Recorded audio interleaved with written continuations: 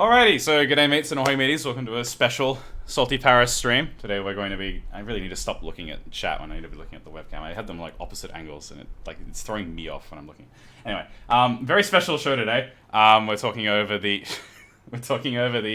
all the fighting game trailers and reveals and betas and whatever, because there was a really weird large amount of stuff revealed in the last week.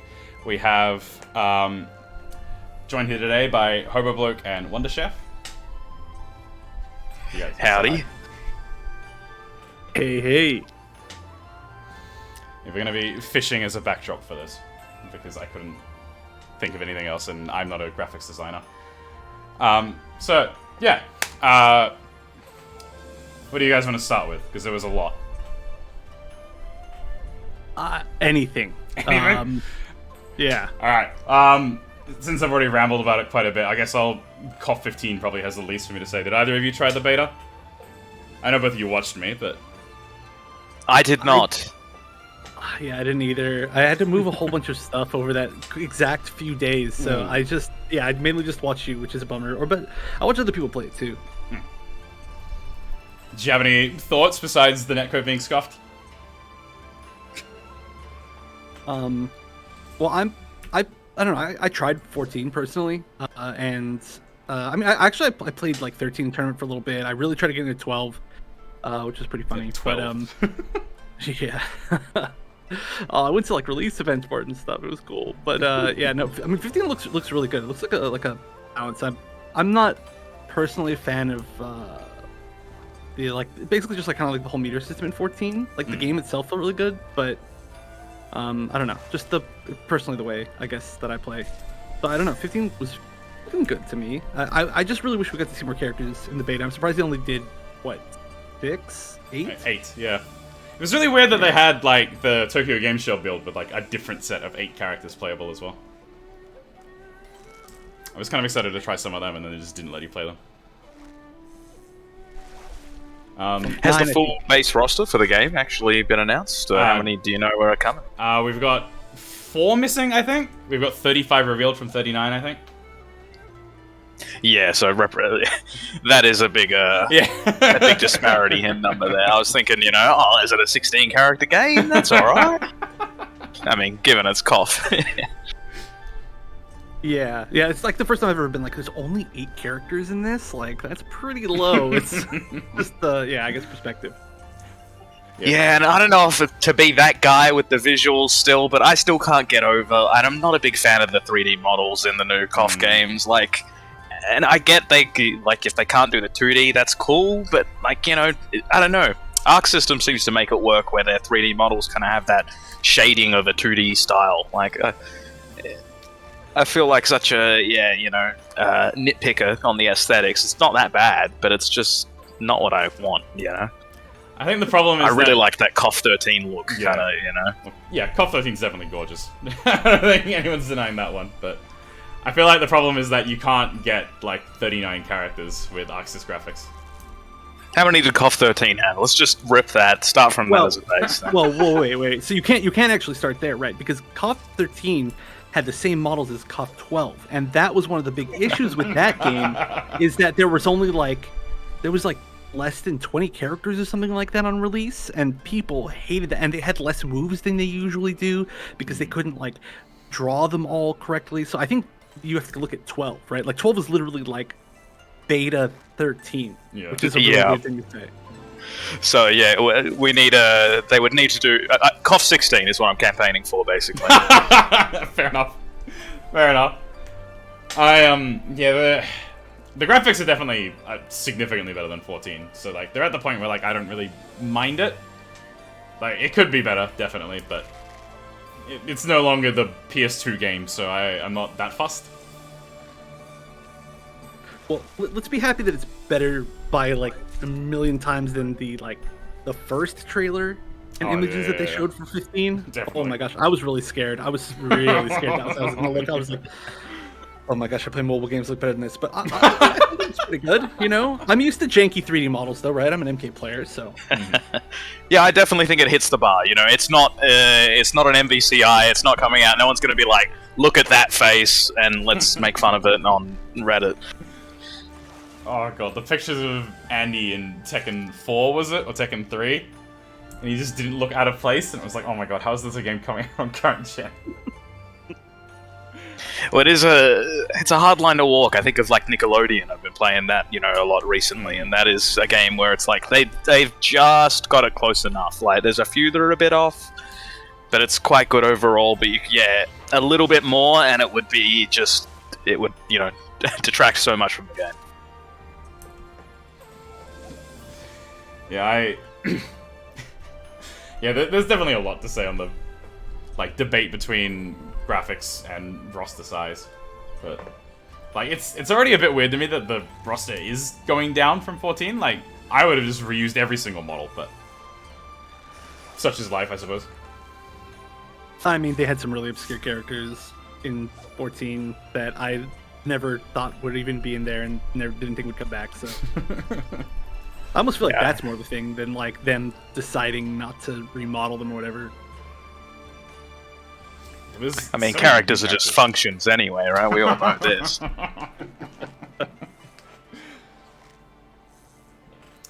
Yeah, so I think that pretty much covers everything for the 8-character KOF beta. Yeah, I felt the gameplay was was a lot better than 14, I should say, because max mode was weird and graphics were a lot better.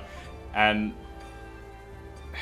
I guess coin flip netcode is better. Did the beta make you want to play it? That's what I'm curious. Yeah, I'm definitely interested to play it, because at the very, like, the netcode is extremely scuffed, right? That's a big strike these days. Yeah. The netcode is like almost like a coin flip, whether every game is playable or not, regardless of your connection to the other person. It's very, very weird how many desync issues they've got. But it is a beta, so hopefully they'll fix that. But me and Hobobloke also have the lucky situation of being in Perth, which does have a like dedicated offline KOF group. So I could kind of get away with it, even if the netcode does go live this awful. But it will be a bit depressing. Well, I mean, I think we're in an age where it's like really important that devs can fix things over time, like how like the Multi-Blood devs fixed the desync issues when you skip the intros over time. So hopefully they're good with this. But I mean, we literally never had a KOF with good netcode, right? I don't know. It's a weird age. So well, we got 98 and 02 now. Pretty good. Well, yeah, okay. Yeah, that's fair. I feel like even if this one doesn't, the next KOF might be the first good netcode, because it feels like now most games are addressing it so heavily. It's almost like you can't get away with the old style. Just go live in Japan or somewhere with a dense population and decent internet. Well, yeah, we got the Western fighting game devs are more stepping up in that market as well, which is good. Like NRS have been having good netcode in their games for quite a while now. Even if they do have a Wi-Fi indicator, but not that you decline Wi-Fi players, which has always been interesting to me. Please don't remind me. Oh my gosh. And the two big reveals in the last week and a half have also been promising good netcode from Western fighting game devs. I didn't decide which one I wanted to segue into before I finished that sentence. Do we want to talk about Multiversus now then? Why not? I'm very excited about Multiversus. Alright, Me too. I'll chuck the trailer up.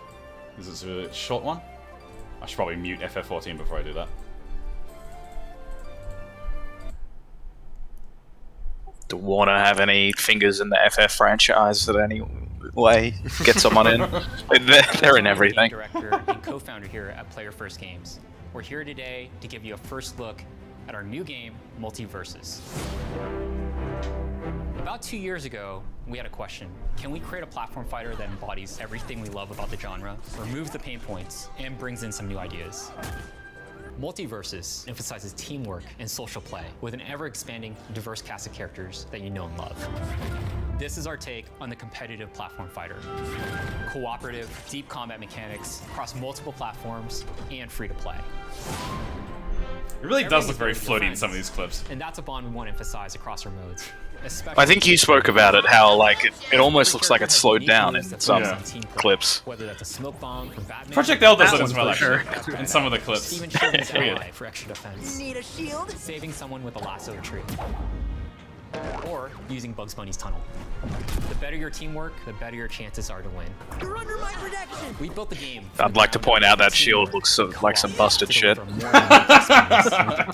He's just popping it. I don't know if it's got a charge associated. What's going on? I just see him pressing the button and two people seem to be invulnerable. Is not afraid. It already looks grimy. When have like fake walls ever been So good? bring them to life with as close to one. No, not the fake wall. That thing he puts around you. Is that? It looks like to me a shield, I assume. Music and more. I don't know. No, yeah, I know the one. The one they demoed. the No, shield that too. looks like trash. That's like, yeah, get it out of here. This is a platform game. I can jump over it. Thanks. If you haven't noticed, I can jump like half the stage. I have anger issues. Let's see what you think. Get ready to eat my sword. We're excited to show you. Is that the Finn voice actor and he's just gotten older, or? Not today. I'm not sure Yeah, actually. I think they announced it was. I think they announced that one on what's it called on Twitter. Each fighter. But that was just the one thing I noticed when watching it, and they were putting all those voices out. It was like, yep, I recognize iconic voice, iconic voice. I was like, is that the actual Finn actor?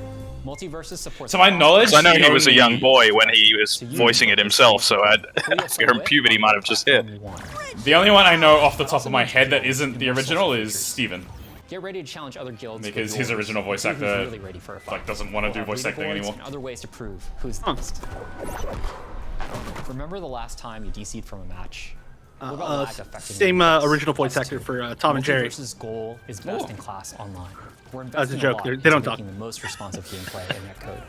In addition to dedicated servers from day one for the life of the Right? I game. don't think they've ever talked. Nah, it just yells, I think, you know, Our like, vision for Yeah, maybe. Multiversus They go is the, that yeah! just the stock, yeah, like, yeah. We'll serve our community with regular updates. I think I'll have to make including the characters, yows. modes, skins. Mario doesn't talk. He's a voice actor. With your help, we want to grow Multiversus to the best game it can I feel like for Tom and Jerry, you could just pull right You rip from probably a cartoon could, yeah, like yeah. a modder, and it would be the best way to do it. I wouldn't be pleased with like a clean audio, you know. I almost want like a features reveal. Sign up at multiversus.com for a chance to participate Yeah, like the in our staticky. upcoming playtests.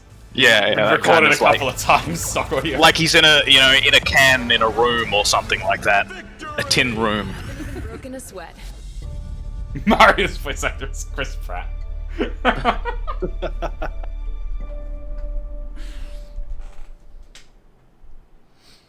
Exciting stuff. Yeah, I feel like we got to talk about the fact that like so much of what's exciting about this and so much what's exciting about Project L are like the same, right? Like free to play, and like they announced good server-based rollback, right? And like 2v2. Different kind of TV for sure. Yeah. a bald guy named Tony introduced us to the game in both trailers. Okay, it's time. I've got to be honest. When I first loaded up the trailer and I'd heard everyone talk about it, my first thought was like, "Oh, did they hire Clockwork?" Like, oh shit. I am meant to wear glasses, so I'll cop that as my excuse. But yeah, I did see bald man with like thick black glasses frames working on a fighting game. I was like, oh cool, Clockwork's involved. Like, I mean, it's believable, right? He's not with the Power Rangers devs anymore, I believe. So. I think he's with the Project L team, is what I've heard. Oh, really? That's a big deal. Yeah, I think he's been there. I could be wrong, you know. Might just be the whispers. But if so, that would it certainly his influence could perhaps be shown, you know, in the new Project L direction, and the kind of Power Rangers style. You know, that had a simple input system as well. But anyway, sorry, Multiversus. Yeah, the dedicated. I'm sure there'll be a simple input system there as well. Probably. Just a quick funny observation I had was a lot of fighting game players seem to think that they know a lot about netcode because like they watched a video from Keats or whatever, and like that somehow constitutes years of dev work. Because like I saw a couple of people in general fighting game community discords I'm in be like, oh well, I'm not confident in Multiversus' netcode. It's got dedicated servers, and it's like, yeah, because it's 4 people. You can't peer-to-peer with 4 people rollback easily. That just gives you rollback hell. But like, they were so confident in that statement. They're like, oh, it's not gonna have good netcode because it's dedicated servers. My happiness with that is that I am just haunted by Wi-Fi in every game that I play, and dedicated servers are like the one thing that like Wi-Fi that helps with Wi-Fi. If people are going to use it, and they definitely will, right? And especially on a platform fighter game, there's going to be a lot of Wi-Fi warriors. Oh yeah. They were born and bred in the Smash Ultimate kind of hell, you know. This is nothing to them. I have a friend who's like a old RTS nerd, and I'm not quite sure on the specifics here, but because this is just RTS stuff that was mentioned to me and kind of went in one ear and out the other. But I believe it was Age of Empires 2 tried peer-to-peer rollback, and shockingly it was just rollback hell, and just constantly rolling back because you have to be like guessing what so many different people could be doing at any one time. It's just awful. So dedicated servers I'm very excited for there. And also for Chef's reason.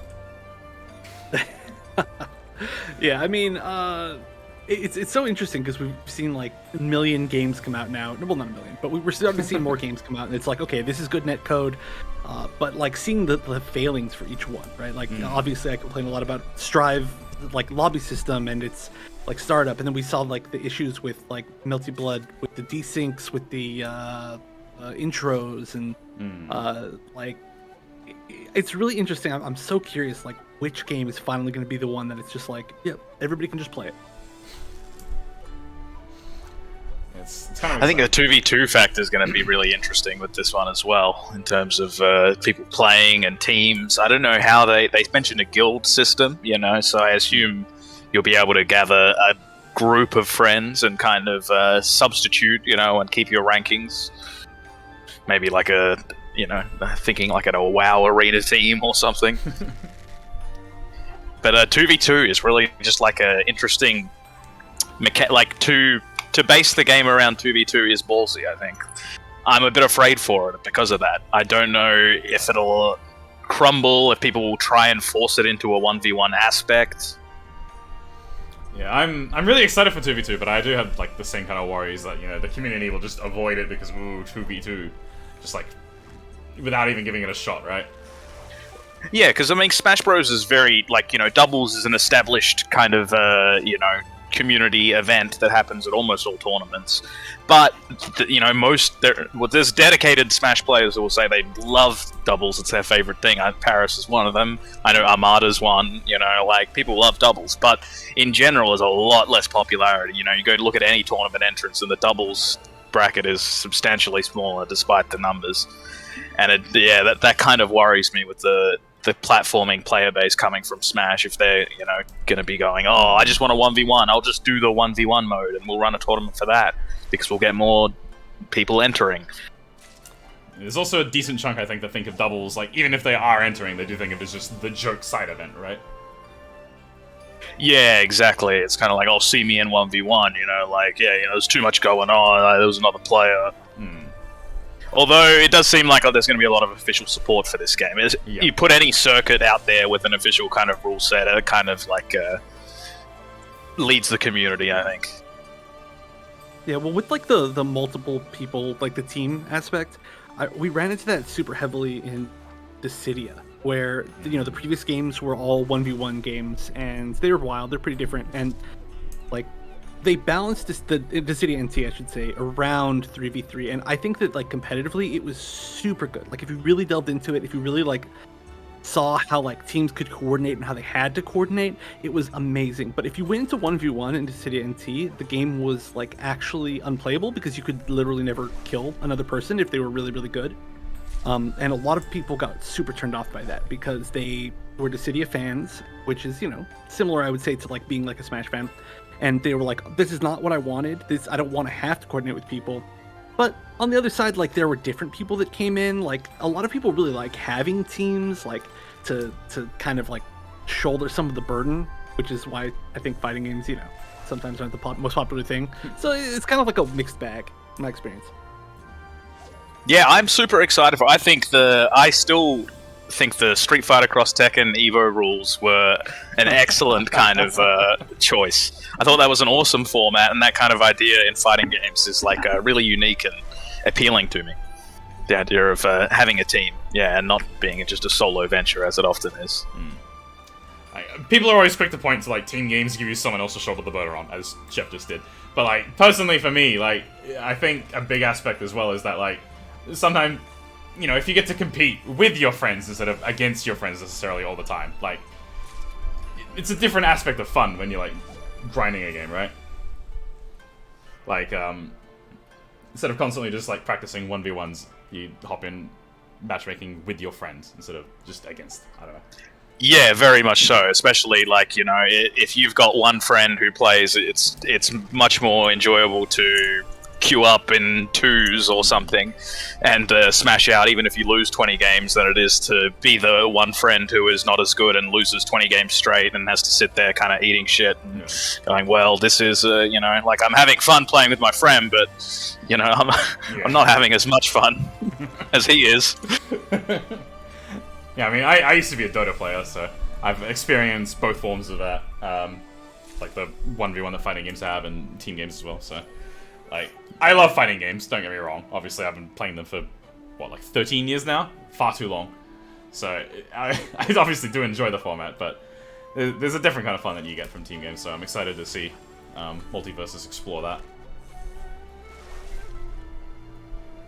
And like, is there any die-hard character wishes that either of you guys have? Like, any crazy ones out there? You know, I've seen people saying Neo, stuff like that. I wouldn't mind like a big body, like a Godzilla or a King Kong, I'm thinking. Both franchises they could easily tap into. I was saying that, you know, they have Rampage, the video game. I'm a big fan of that.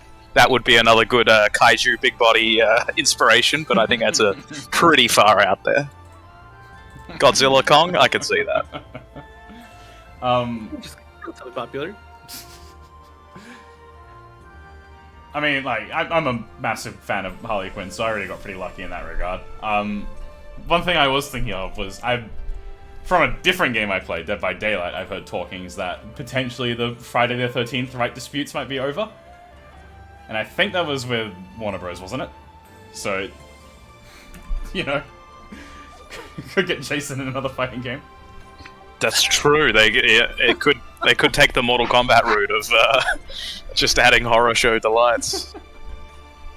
I know, it's like, hey, wait, Warner Brothers like giant crossover fighting game. I've definitely played Mortal Kombat before, so any of those characters would work, I think. I mean, I have a million characters that I really want to see. I think like a lot of people, I mean, maybe people do know this, but I am like a huge fan of cartoons, which is a weird thing to say, but I watch so many cartoons. I mean, honestly, cartoons like are so good right now. I mean, so many of the best shows are cartoons, and so like this is like my dream game, kind of.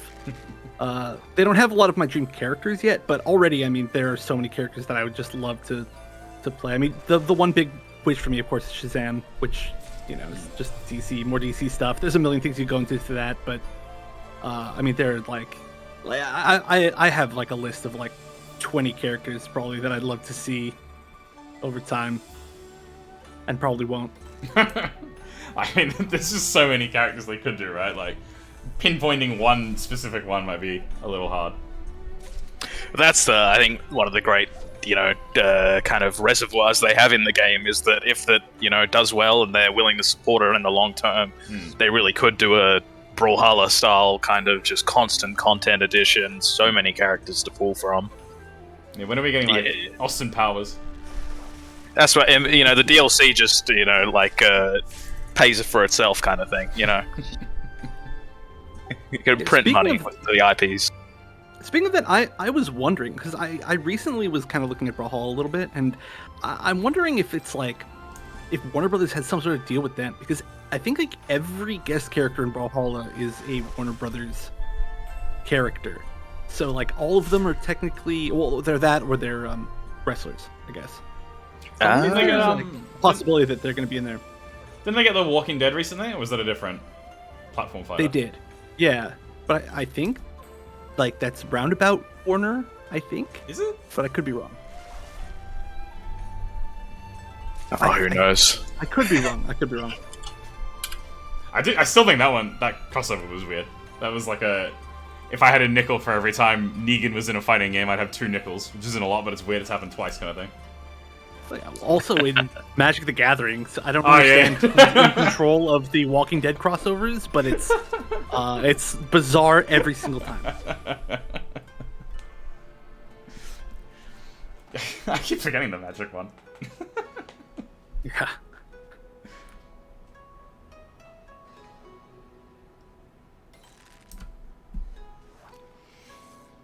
It's good to see that so many people are actually pushing into the Smash market. Hopefully people stop calling them Smash clones soon. I think. Go ahead. No, after you. Okay, I think another neat thing to like look at is that I kind of feel like Ultimate. Well, I mean, we know Ultimate's done, right? And I kind of wonder if that's going to be like just the final Smash game. It kind of seems that way, right? I mean, I feel like a lot of people are kind of looking at that as the chance, and then like now is an interesting time for something at least adjacent to really like make a name for itself. I feel. That is what it feels like, isn't it? It's like, Sakurai has clearly outwardly said, like, look, I'm done, and you're never going to do it without me, you bastards. And so it feels like there's, blood in the water. And all. I mean, obviously, these projects had to be in the works for quite a while, to get to this point. They've been able to show it, or release it in Nickelodeon's case. But, yeah, it certainly does feel like there's a gap, and all of a sudden, these have popped up. And it's finally is the kind of feeling I get. It's taken so long. Everyone could see the concept that Smash had and the simplicity to it, but every clone, I think of PlayStation All-Stars, it just didn't execute. Like, how hard is it to, copy-paste if you need to, It was really weird to me that, like, the platform fighter genre seems to have been going through, like, that early fighting game phase of, everyone wants to just completely rewrite the formula. But for, like, a decade. Right? Instead of just hitting the point where we've been like, alright, this is the good formula, you can vary off it to this degree, instead of just completely going off the rails and doing absolute nonsense and then no one buys it. You're like, well, obviously this genre is not profitable. It's really weird to me. But we're finally seeming to hit that point.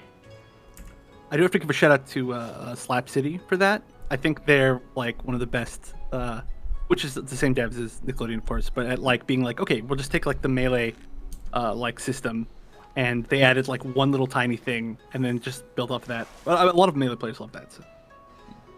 Yeah, big shout outs to Ludosity. I'm a big fan of those devs and what they've done with their games.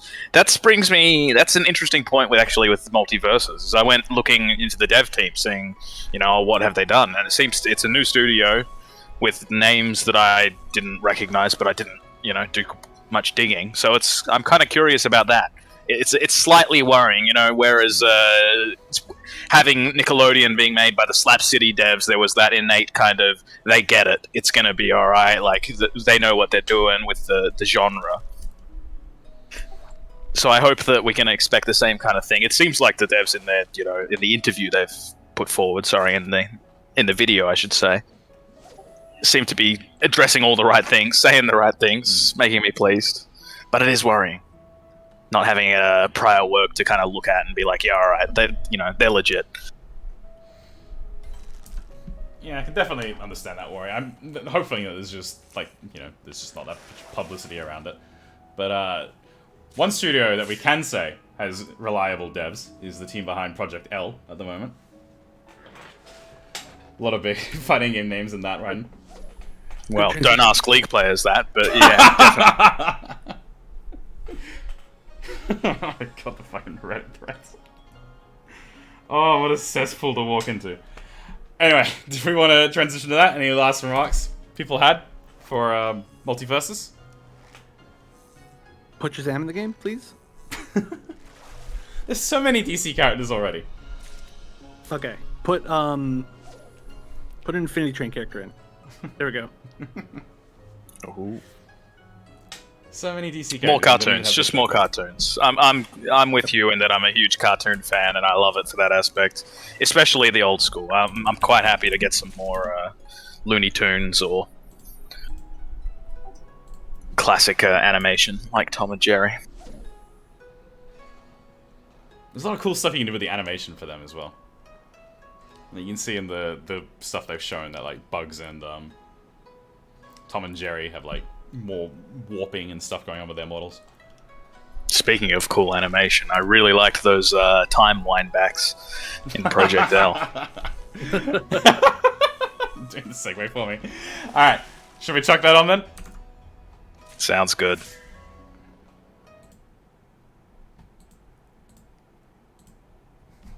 Hey everyone, I'm Tom, executive producer at Project L. And I'm Tony, Project L's technical lead. There were some people on Reddit who didn't seem to realize that I let you they're know related. that we're building a fighting game here at Riot. There were like Reddit comments of like, wow, Riot just like cloning people now to get their games developed. But we'd share more when we're ready. Well, a lot's changed. like since this- Yeah, I did We've made enjoy some it. great progress, All and the while people game is being still like, too far out "Oh, I to don't trust this guy about the It's been a bit internet." since you heard from I don't know us, if so I want to bring up to speed on what we've been working on. From the beginning, we knew that we wanted to make a 2D fighter set in the universe of Runeterra. But the 2D fighting space is pretty broad. Even from that starting point, there were a ton of different directions we could take the game. After lots of exploration, we're excited to say that we've landed on a direction that we're pretty pumped about. In this quick update, we'll walk you through our high-level approach when it comes to core gameplay, character design, and netcode. But first, allow me to reintroduce Project L.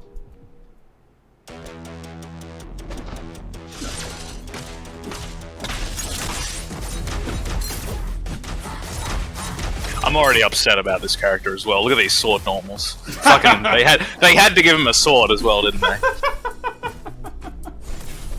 I already know exactly what kind of character it is. It's the character that you'll be sitting there and you'll be waiting and you'll be waiting and you're waiting and you'll be like, fuck. That's it. Then yeah, that's the whole game. Project L will be an assist-based fighter. You'll build I do your like character those endless fucking orb loop combos. Yeah. They look very satisfying. I get like, yeah, kind of some kind of Doctor Strange flashbacks. Our goal is to build a game that delivers a fast-paced, dynamic. That looks so fucked up, by the way. That little like underhand toss-up from Echo. Like a lot of you out there, we're inspired by the insane outplays, hard reads, and 200. Honestly, I have so much to like say about just the way that Echo plays. The dream for us is to Off of, deliver like, a game that 3-minute allows you trailer. to create new iconic moments for many years to come. It's really remarkable, I think, just like I know that how it's focused some fighting game players are to like in fighting games. pinpoint potential rhyme just from like a video like this. Learn hard to master mentality. So yes, we are making it easier. I mean, to be fair, there's so much like free grime Yeah. in this. Like, absolutely believe There's a There's like a a certain- there's like a Skullgirls style restand at one point opportunities for you to that I haven't seen showcase many people talking about. I think it's in this combo. One of the delights of fighting games is seeing top Is he players move ground and bounces, fight and knocks up with the assist, and then and distinct restands. skilled players. Oh, We wanna set that is that a aspiration restand or is that like a grounded weird like tumble? Or maybe it's an OTG actually. I was gonna say, is it like a hit grab? Is that what it's doing? Like, you know, is it like pulling him in for the next hit or something? Might have to slow that one down afterwards and have a look. Yeah, now I'm Our curious. goal is to deliver on the iconic moves that league champions are known for, but adapted to work in a fighting game. We want our champs to have powerful. It looked like the assist OTG'd as well, and it didn't look like an assist that would As an example, I'm thrilled naturally lend itself to that. So it might be one of those games, Skullgirls-y, where you kind of, you know, if it hits low, you can OTG. I think I almost prefer that. Like, even though obviously such a dedicated MVC3 player, I'm pretty content. I think just making OTG, just if it looks like it can, it can. Yeah, yeah, definitely. When Echo slashes with Chrono Strike, he generates an after image that he can rewind back to any time in the This next stuff few looks so seconds cool. of the match. You can I use already the hate this rewind character. to Cool is one word, yeah. Yeah. and branch into a Oh yeah, I mean, it's one of those characters where I'm gonna be watching someone. It's do an it, and I'm accurate like, word "Oh, still, This but- character is so cool, and then having it done to me, I'm like, man, fuck this character, fuck this stupid shit. What is that? Why does he get to baseball hit the projectile? Fuck it, fuck dumb character. Oh yeah, cause he wound back. And in the right hands, rewind can also. I be love that strong. they talk about like, oh yeah, like, you know, you can use the teleport back to your clones, and you can throw out the bomb, and then at the very end they like just very clearly show that you can hit the bomb, and they just never talk about it. Yeah. It's like, that's gigantic. Time when you're from range. It's right here. They never are like, oh yeah, and you can redirect it. It's just like, just wait for you to see it. Yeah, they do. They drop a few of those, it seems like, in this, where they're kind of like, oh, we'll just show you this in the background. Food for thought. With lots of potential for extra utility when you use it. In the Oh right my god. situation. Now, while gameplay is obviously super important, high quality netcode is essential. Can I say for too any that fighting I think this is something that I mean a lot of people don't talk about, but I mean it's so obvious. I think it's an amazing looking game. Oh, I think yeah. it's such a perfect balance of like animation and 3D models. I think it's very pretty. Yeah. For Project L, we've designed our A lot of this, I think, is stuff that's only really possible with Riot's level of budget. but Of course, I'm this glad that starts they're by doing it. using rollback networking at the core. Rollback does a great job of maintaining a consistent low input delay across a wide range of pings. We've also developed a new networking model that enhances the benefits of rollback with core What technology do these developed two by know other about games and good providers. net code? We'll route network traffic. You see, like, Well, look how happy the little guys Our are. internal network already being used this to stuff minimize latency with and the redirection using Riot servers. We're also actively Capcom can obviously not pull that off, right? to ensure consistent Yeah, so I've never played a Riot game, like, well, you know, I've played like one game of League of Legends ever in my life, never a Valorant, so I don't have experience with their servers themselves, but this seems like it's a good thing. I guess they are known for being good. It's the primary way that we play test the game internally. A lot of League players in America will get upset about the servers because they only have like one main server in America. And I think it's like Chicago, so West Coast players will be like, oh, East Coast advantage. So that might like poison the well a bit in regards to how it's done. But like as So that's all for now. like as someone who's actually familiar with how asynchronous programming has to be done, I think it's been done very well in the game so far. Well, as we've said as well, I think, you know, it's in pretty safe hands. The last thing I'm worried about with the game is the online. And there's very little of the game I'm worried about at all. It looks like, yeah, it's in good hands all around. That's one thing about the kind of, you know, what was it? The Rising Thunder team previously. I forgot, Radiant Dawn, I think it might have been. That it felt like they knew what they were doing. It was in good hands. The characters all felt very strong. Like, that's the thing looking at is Echo? What was his name? Echo, yeah. It's spelled with two So, A's instead of C. I look at him, and as we were saying before, I was like, this is some bullshit. I can't believe I'm going to have to deal with this. But I am quite happy in the knowledge that I'm sure there will be a character with some bullshit for me. Yeah. That is one thing, you know, a lot of developers, for myself, you know, I feel like are a bit afraid of big bodies. Big shout-outs to NRS. I think they're one of the ones who does it well. They're not afraid. And I feel like this is one of those games where they can do well. Yeah, well, okay. So I loved Rising Thunder, right? Like as soon as it came out, I granted it to like max rank, where it became like, you know, it just showed you were like actual rank, like Hearthstone style, and I love that game. I played the big body in that game. Talos was his name, I think. So sick, such a fun character. Literally one of the most fun characters I've ever played. I so agree. I feel the exact same way. I love the game. Love Talos.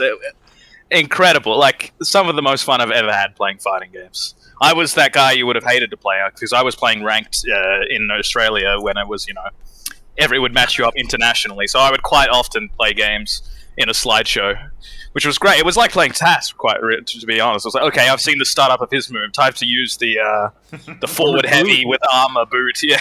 Yep. Oh, that move is forever like in my soul. I want that move back. Yeah, so I know we're kindred spirits here, it sounds like, because Talos is exactly what I'm thinking of when I was making this point, that I know the right people are there to make the right satisfying kind of characters for all shapes and sizes, not just the Echo mains. I think the only negative thing I have to say about this game at the moment is that it's not Rising Thunder. Like, obviously I love tag games and assists and all that stuff. Like, I've been doing it for ages, but like, Rising Thunder was like not totally one of a kind, right? But it did things that a lot of other fighting games like weren't really trying to do. And now there's not going to be Rising Thunder, right? Because that's never going to be finished. So we're getting this instead. I think that's like the only like even slightly negative thing I have to say after watching this video. It's just that. Yeah, but even then, it is such like a kind of almost an afterthought. Because I was the same kind of going into it. I wanted Rising Thunder 2. I was quite happy. Like, to Rising Thunder 2, I would have been very pleased with the League of Legends skin on top of it. Going into the trailer, you know, I had tried to stay away from everything on Twitter and to look at it. I'd just seen it was an assist-based fighter. And as soon as I saw it, I was like, okay, this is not Rising Thunder 2 at all. But it was anything but disappointed. You know, I thought if I didn't see Rising Thunder 2, I was going to be like, okay, you know, this game, I'll still give it a crack, but I won't be as excited. But if there's anything they could have done to to make me more pleased than a Rising Thunder 2, I think an assist-based fighter, as they're putting it, is a great way to do it. I'm surprised actually that they went this path. Like I thought Rising Thunder was it was going to be one of the best ways to get people into fighting games, right? You like free to play, like a real like simple system. All the moves are essentially really simple. And you get you know what's going on, you know what I'm saying? But like I'm surprised that when they're really trying to like push this potentially huge mainstream fighting game, they decided to. I mean, the first thing shown was Echo. Like literally, we see him like jumping to the other side, hitting a cross up, and then canceling it into a ground teleport that's on the other side. And like that's something I wouldn't block even if there wasn't assists. So like it's definitely going to be a game that I think people are immediately like turned off to because they're gonna be like, I don't even know what's going on. But I mean, obviously for fighting game players like us, we're like, that's fucking sick, right? So I'm just surprised that they decided to go that way. I'd agree. I find that that's the whole thing. You know, I think we all thought when Rising Thunder was brought out, it was like, okay, this is clearly the perfect blueprint already for that kind of simple, easy to access fighter. League of Legends is that kind of in the MOBA space, the game to go to for that. I think. You know, I don't know if there's new contenders these days. So it seemed like a perfect match, and yeah, it's almost like they've flipped the script and gone the complete opposite way, which. It's wild, yeah. I don't know what to think of it. I suppose the advantage is they probably they have that innate casual player base who will be playing for fun because they just want to, you know, see Jinx shoot weapons and things. So maybe they've figured they have the freedom to kind of really embrace that more hardcore aspect. Well, it does seem like they are borrowing the input system from Rising Thunder released. The like light, medium, heavy, special 1, special 2, special 3, judging from this bit they showed Darius. Yeah, I thought it was kind of interesting they used Darius as the example, because it seems like a lot of his specials are kind of modified off the first special. So I'm interested to see kind of like how Echo's inputs would work. Yeah, that is... interesting, isn't it? I didn't really like, of the two in the trailer to pick, or you know, of the few, I suppose, Echo, you know, would have been an interesting one to see. So I wonder if that was intentional or not. There's been a lot of controversy on Reddit and Twitter and the other depths of social media hell regarding the removal of motion inputs. How do you two feel about it? Don't care. I don't even care a little bit. I mean, honestly, I think it's something that okay. So obviously, like we've all practiced motion inputs a lot. And it took us a long time to learn how to consistently do it, and it's cool that we can do it, and we're so good at it. But like, I think the more fighting games that you play, and the more types of fighting games that you play, you really like realize that that's not necessarily where like anything that matters comes from. I mean, obviously it's cool, but if it like helps a player base, I would sacrifice that for, I mean, in an instant, you know? I mean, I've played games like, I mean, there's even stuff like, oh, what was that game? Blade Strangers. Blade Strangers had just purely directional inputs and specials, and it was actually like super complicated, some of the combos that you ended up having to do.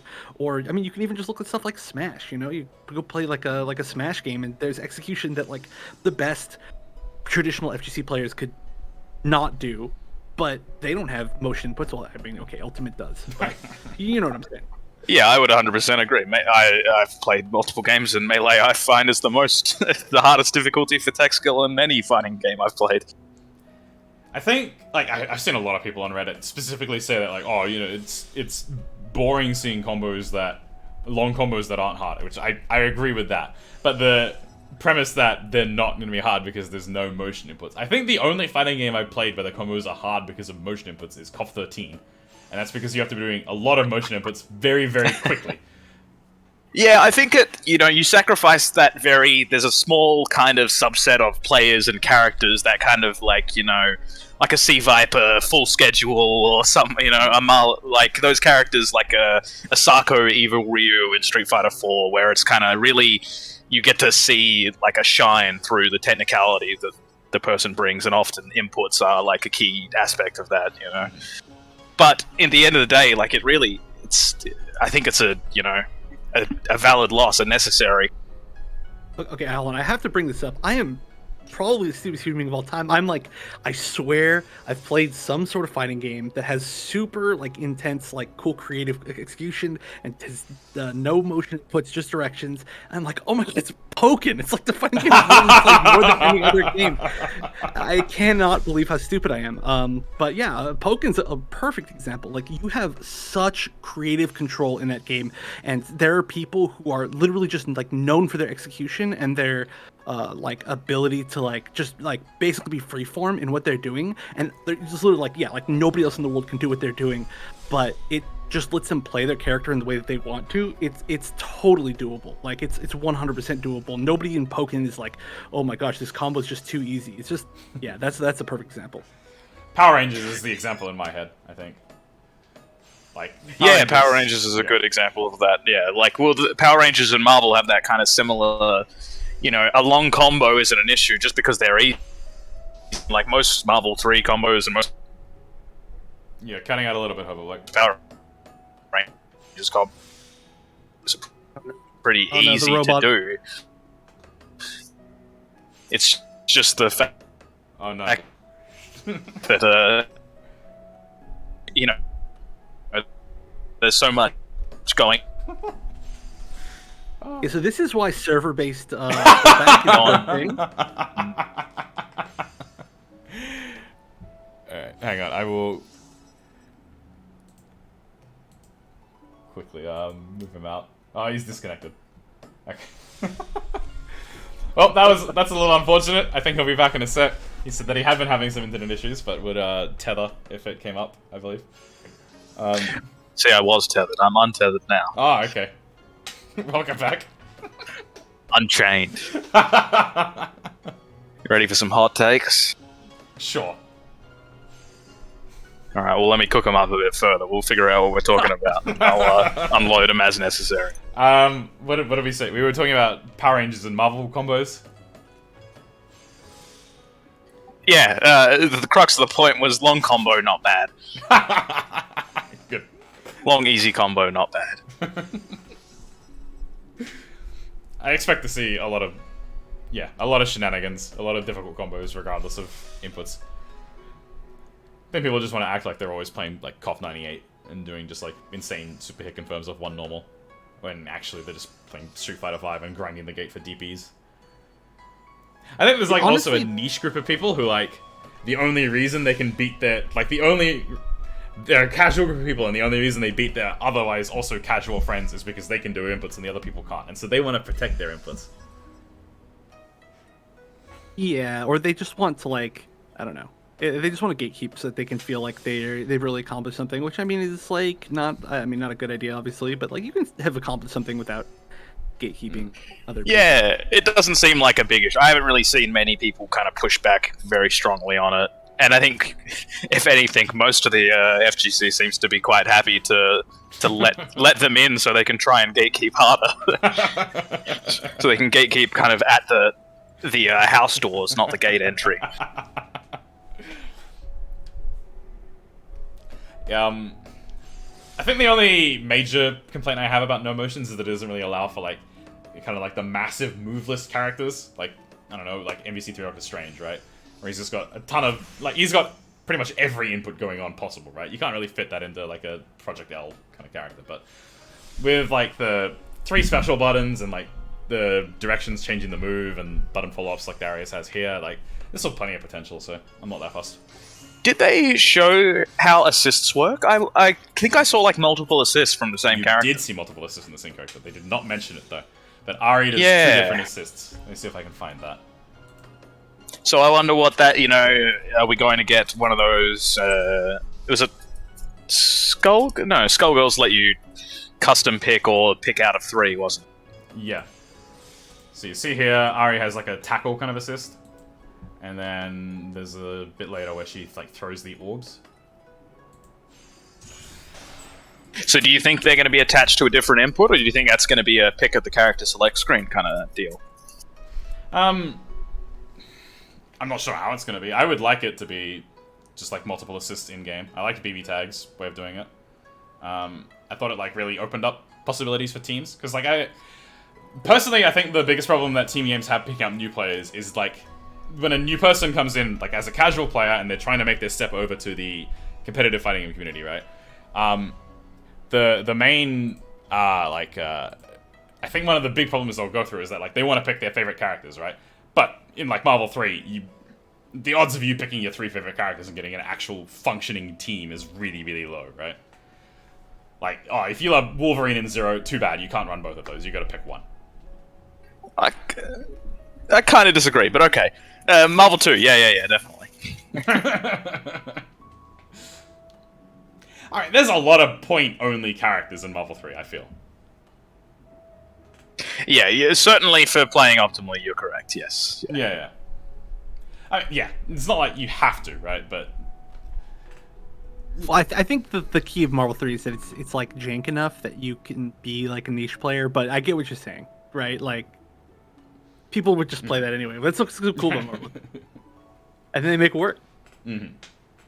Dragon Ball Fighters yeah, definitely I had that get problem in Season 1 as well, where like some characters just didn't... The vast majority of the roster did not have a good assist, right? They would have either a mediocre assist that you were, like, you wouldn't be upset that you had it, but you weren't happy that you had it. Or they just had an awful assist. And so that really narrowed down in DBFZ what you could do. And I think Dragon Ball had a with the property beam. it is. Ooh, you were currency. It's a good thing that everyone likes Goku and Vegeta, right? Yeah, shoutouts to all those Day 1 Goku Black players. How many of them are playing Black now? Yeah, I ran into that problem a lot with Skullgirls, which, I mean, I know you can like make a lot of really cool creative teams in that too, but like for learning the game, it's really hard to go up against people that have like good assist characters because there's only like 2 good assist characters, and that's not, I mean, necessarily true, but there's 2 characters with like extremely powerful assists, right? Like Big Ben and Cerebella, or no, sorry, Big Ben and Double, and like I was like really trying to like learn the game, and it's really hard already to begin with, and everybody was just winning neutral automatically against me because it's really hard to deal with those, and I was like, I don't want to use one of those on my team, so yeah. I like the BB tag system too. Like it allows so much creativity too, and like combos and like different ways that you can mix up. I mean, I love BB tag and its jankiness. I think BB tag is like solid proof that allowing multiple assists per character in one game like doesn't like going into it I had to worry that would like homogenize the cost of it, but there's still a lot you can do to optimize and really like show that you've labbed your team. Yeah, I mean, we can see that it looks like there's plenty of room for creative expression. Did they actually show the tagging aspect happening? They did at one point. There's a launcher, I think, that Echo does. Just because I wasn't sure, you know, there was big Marvel Infinite kind of vibes I was getting from it, and I wasn't sure if after the assists at any point they could actually switch over, you know. Yeah, we didn't get to. It doesn't look like it. Yeah, we didn't get to see the Echo, like, hot swapping, but I would Echo like that. does launch, and then Ari comes in at some point. I think it's right before the loops actually, which was pretty interesting. I did go back and look at that because I was also trying to figure out. I mean, you know, BB tag active switch stuff. Yeah. Right there. Yeah, this looks like a Marvel TAC kind of thing. Yeah, that's what it looks like with the big slowdown and stuff like that. But I mean, at the very least, that's a thing. Yeah, I mean, that's cool. We didn't get to see a hard tag at all. But, yeah. At least one form of tagging is in the game. Oh There's my so god, that much was stuff. very mixed up. I don't even want to look at that.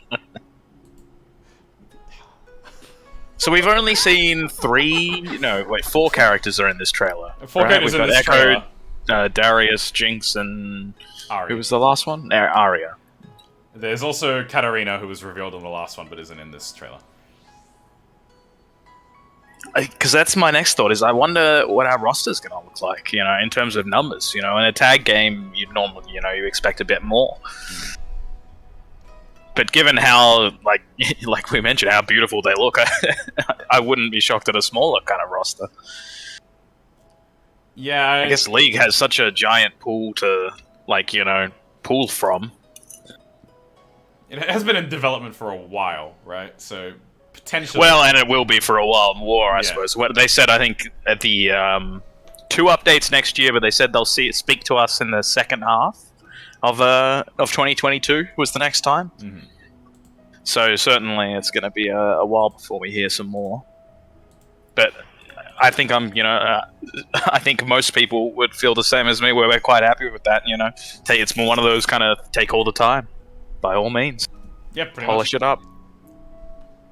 We've seen how absolutely disastrous a bad launch for a fighting game can be. So.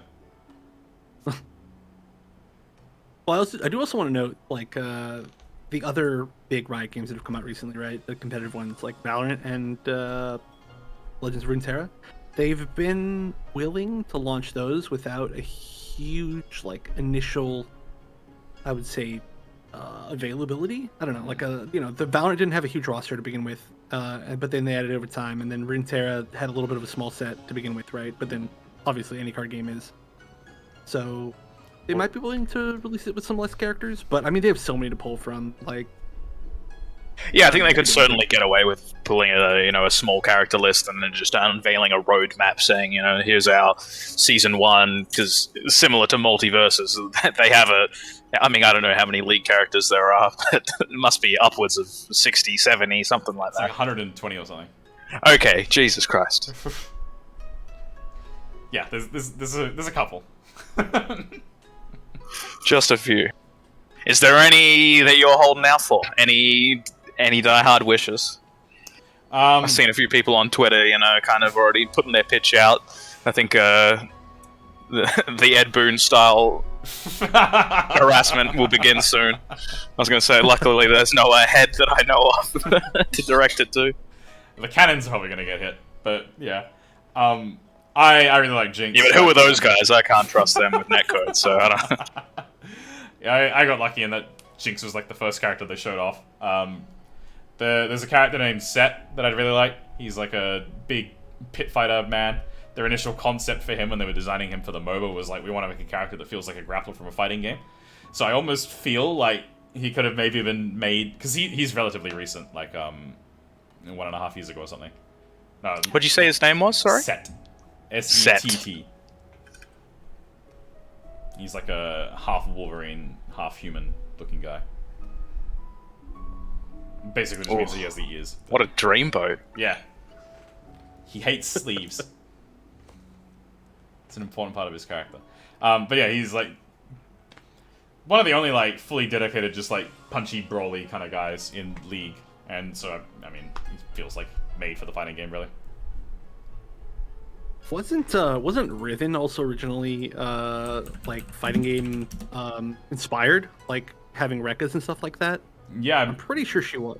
I'm not sure if they directly listed fighting games as an inspiration for her, but she does have Rekkas as a core part of her mechanics. I feel like they did. I played when she was coming out, and I feel like remembering that or like reading that at the time, and I was like, "Wow, I should play her because I play fighting games."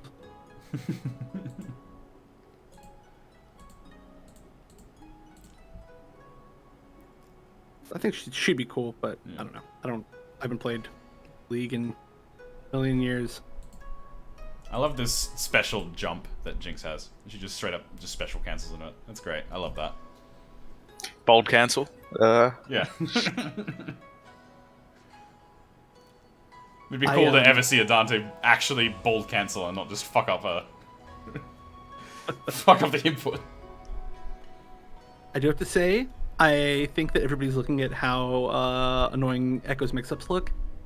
I think in my experience playing like BB Tag, for example, I think Jinx is going to be obnoxious. I think she's going to be really good. I mean, like having a projectile hold somebody in place, right? Like that to convert with an assist, which we literally see in there. Having those normals like that with assists, oh my gosh! A command jump, like yeah, I don't know. Yeah, secret top tier already. I'm already making my tier list. We only see her use Fishbones, which is the rocket launcher, as an assist, but we do see her use Pow Pow the minigun as a point character, so hopeful for that. Well, I mean, just having like zoning that holds people in place, I mean, like as a point character, and then you assist to convert is actually like gigantic. Like I swear. And I wonder if we'll have like push blocks and stuff, because we have seen that Dragon Ball not having push blocks and then having 2 assists gives you long pressure strings that Reddit people complain about. I should say Reddit people who have long since stopped playing but still inexplicably talk about Dragon Ball fighters. Yeah, I suppose we haven't really seen anything defensively, mechanic-wise, but they mentioned that, it is early days, R&D stage still, so I imagine it's one of those things that they haven't necessarily figured out what they want to do yet. I apologize for bringing up so many pointless complaints from people on Reddit, but another thing people have pointed out is that there's no facial expressions yet, as if that's a thing that would be developed early on in a fighting game. I didn't even notice, so you know what? They don't have to, as far as I'm concerned.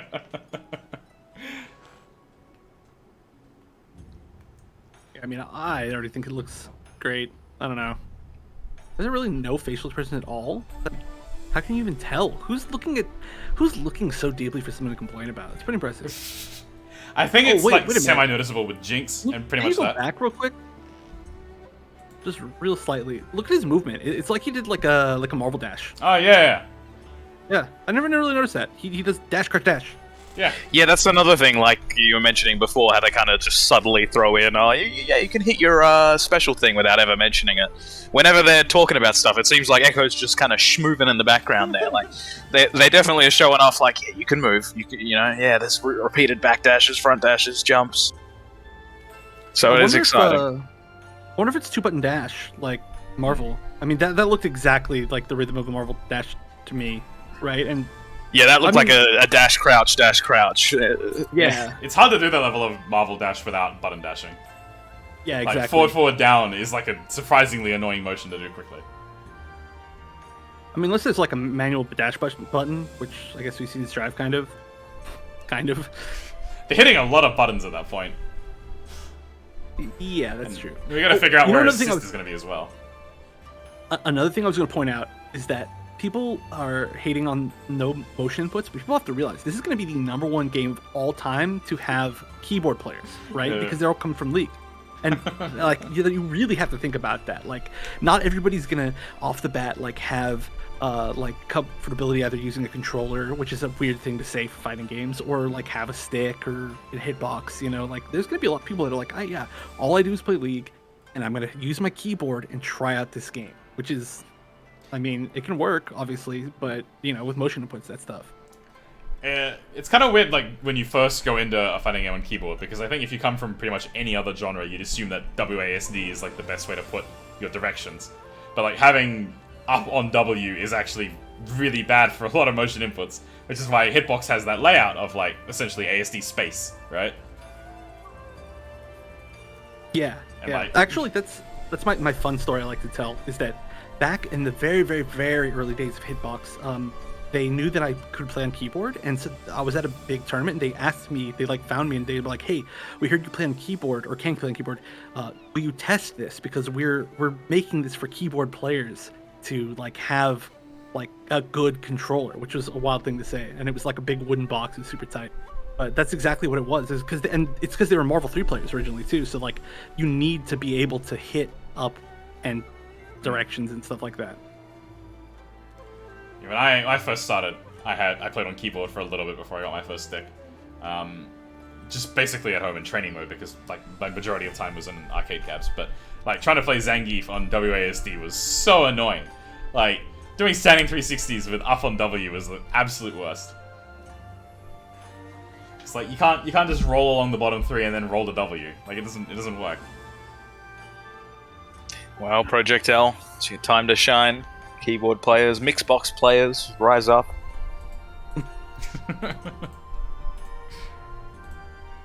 Free from the tyranny of inputs. Actually, I played Rising Thunder on keyboard. I just thought about that. Literally just played it on my laptop. Yeah, I played it on keyboard a lot as well because it was annoying to buy in Stickful because they hadn't got like the input stuff set up in like the first beta. Yeah, super early.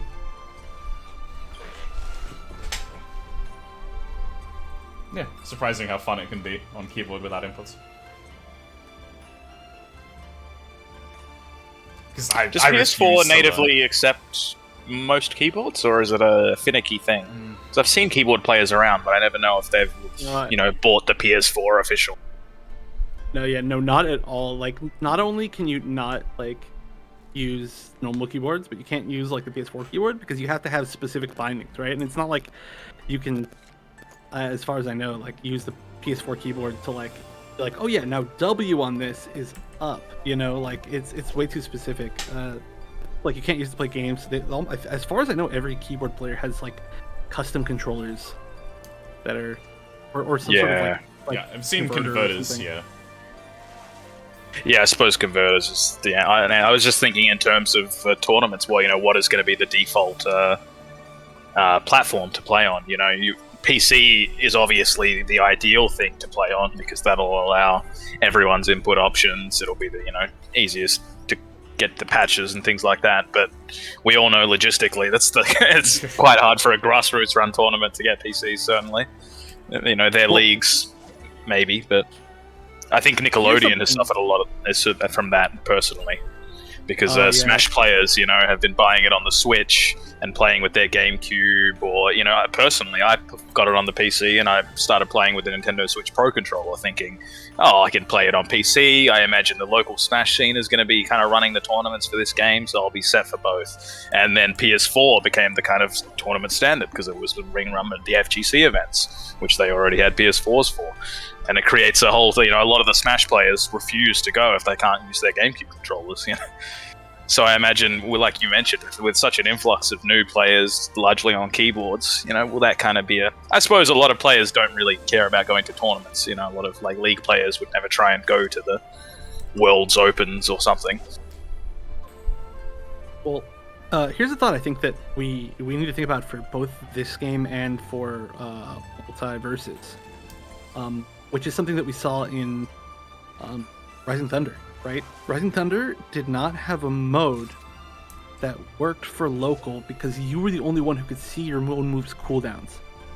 And I think the potential is there for like realistically either of these games, right? Now that there's these like free to play, like on your own home PC type games or home console or whatever it's going to be for Multiversus. I think they said everything. And there's a chance that it's going to be like a tough game. Either of these are going to be tough games for solo like locals to run. Now, again, I come from Pokken, where we have to have two setups, and it's extremely complicated. And so it's doable. We know for sure it's doable. We've done huge tournaments, but it might be kind of a difficult thing. And I think that's something we should all like be ready for. Yeah, it's a possibility I've been thinking about as well, but I kind of dread the death of locals, so I've been trying to avoid it in my head, but yeah, but I feel like particularly for Project L that Riot would want to push online events more so than like the offline majors. Do you think that's a worry, bringing up kind of locals and kind of smaller events, in terms of Riot potentially taking a very kind of strong role on what tournaments can and cannot run Project L and those kind of things, or like have certain rights to it? In the past, they've had like because I know with League they have been it seems like events have been quite strictly regulated. What can and can't run an official League tournament, or even be allowed to run League in an official capacity. It seems like there's a lot of, obviously community interaction on the FGC side, especially with, the cannons being involved. So I wouldn't expect it. But it is like one of those worries that I know has been kind of lurking around ever since the Riot FGC kind of rumors started. It was like, what if they clamp down and ruin grassroots? There is definitely a bit of a worry there. They're not quite as bad as they used to be, I think. I'm not sure how it is in Valorant, but Legend of Runeterra, I think, has more, like, big notable events that aren't specifically done by Riot, right? So like there's a hope. A lot of the let's be honest here, a lot of the really big American fighting game majors these days are pretty corporate, so those at the very least I wouldn't have that much of a worry about. Like Evo, I think they're quite safe as well, because the community backlash would be probably too strong for a company to want to bother with. We've seen it with like Nintendo interfering with Evo and things like that. If someone said no, combo breaker, you're not allowed to run it, I'm sure that would engender a lot of bad press. Yeah, there is a little bit of a worry there, because I mean, a lot of like, I love locals. Before I say anything here, I love locals. I love going to offline events. Big fan of the community aspect. But a lot of small locals do have, like, interesting color commentary to say, you know? I feel like there's a lot of devs who would rather not be associated with the kind of commentary you can find in some locals, you know? Earlier today on Twitter, I saw someone saying that, like, oh, you know, when they wanted to try CoF 14, they tried, like, Kula, Nakoruru, Athena for their team, just because, like, all three of them were pretty straightforward, pretty easy characters to, like, grip with the game, and they knew Nakoruru. And they went back and watched their match on stream, and the commentators were just making pedophilia jokes the entire time, you know? Because all three of those characters happen to be, like, teen women. Yeah, not what you want. No. Yeah, I've been in that situation, commenting next to somebody. I'm like, jeez, plenty of time. My big hope is that what they do is they'll at least or my real hope, but I don't know if it's reasonable. Like set up something like Tekken where they kind of have like the official locals and they like go to TS they trust. At least at the minimum, but I mean, hopefully at least they don't shut things down, right? Like, I don't think, as far as I know, I don't think Riot has shut down too many like smaller things for League. It's mostly like when people try to run it like giant things. Yeah. I think they have a worry that like the large multinational scale events, like people get confused that, oh, is this an official Riot event kind of thing, is their worry. Whereas like, you know, small 100-person LAN running a League tournament with a $100 pot, they're not going to care about. That makes sense. Yeah, they used to be really, really bad with the exclusivity contracts. Like, Legends of Runeterra was actually in development for quite a while, and they pushed it back because Hearthstone came out, and they didn't want to compete with Hearthstone, and they saw what Hearthstone did wrong, so they just scrapped everything and like went back to the drawing board. But because of that, when Hearthstone came out, they really clamped down on like the League pro player contracts and be like, you cannot stream Hearthstone. That was what I'd been thinking of. I had forgotten. I think it was people were afraid of that. It was that, you know, if you want to be in the Project L circuit, you know, you're not allowed to be in the Capcom Pro Tour, you know, kind of thing. Like, you got to sign the exclusive contracts. Yeah, and now that you've said that, I remember that was the concerns. It wasn't necessarily around tournament shutdown, but I think players kind of being gatekept from other things. But like you said, that was a long time ago, and I think Riot's made a lot of good moves in the right direction since then. Yeah, well, I also think it's like sort of different. I've had a lot of discussions, you know, since I guess like working in esports, about like how different companies run their stuff.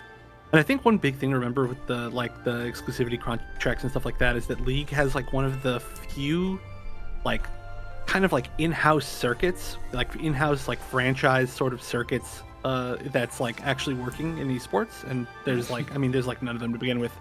So it doesn't seem like they did a lot of the same stuff with, like, for example, like the good players in Runeterra or the good players in Valorant, as far as, you know, anybody can tell, I think.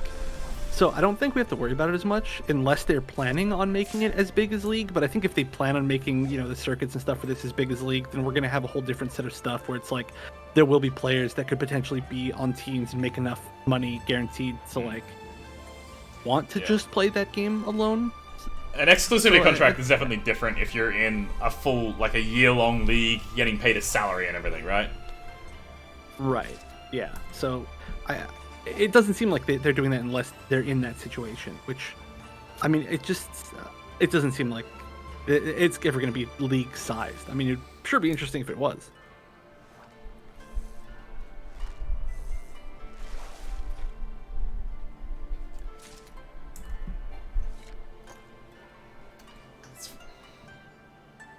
I really wonder how well it'll do. Like, League players are kind of used to getting blown up in 5 seconds, not really knowing why. So maybe the team aspect won't matter that much for mix-ups. I think it'll do well enough is all that matters, really.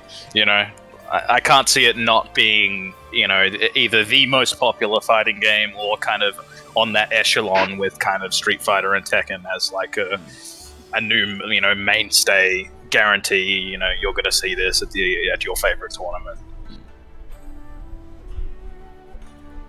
Yeah, Oh, and, I think it's this day for sure.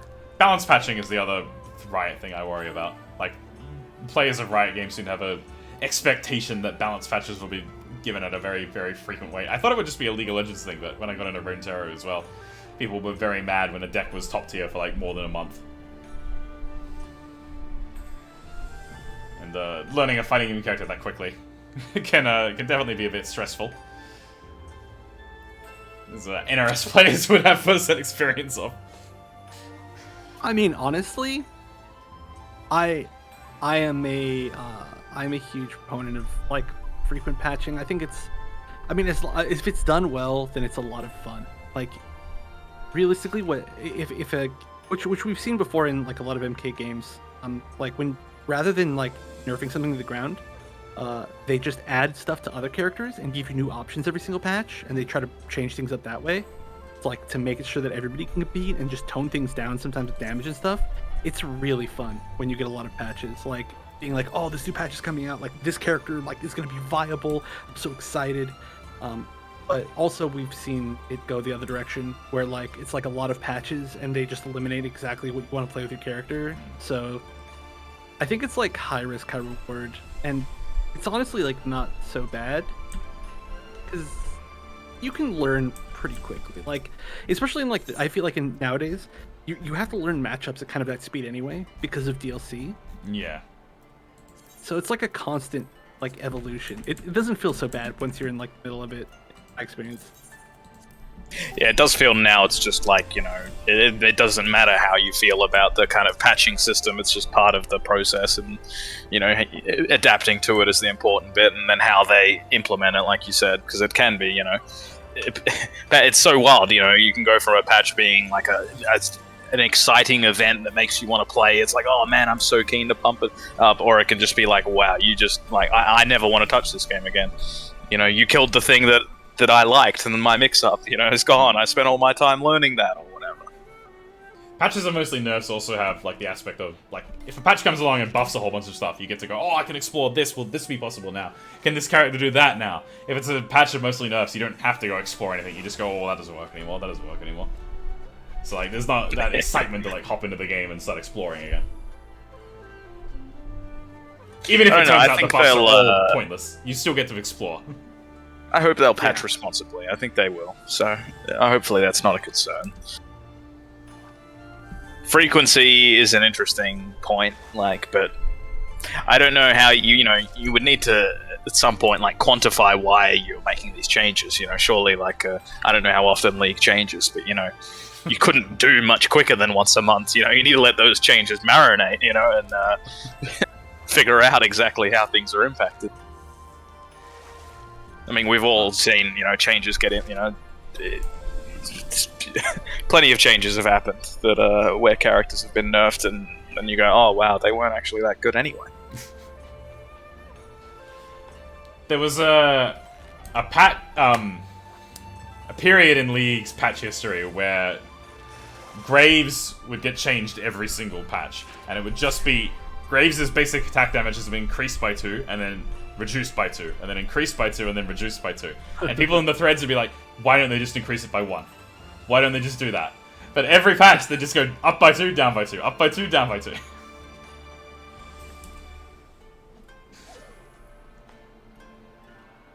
Well, I've also been in, especially with like Mortal Kombat 11 recently, I've been in like the opposite side where like, they didn't patch enough, and we saw like a few characters like extremely dominant for like every single tournament, and people just hated watching it.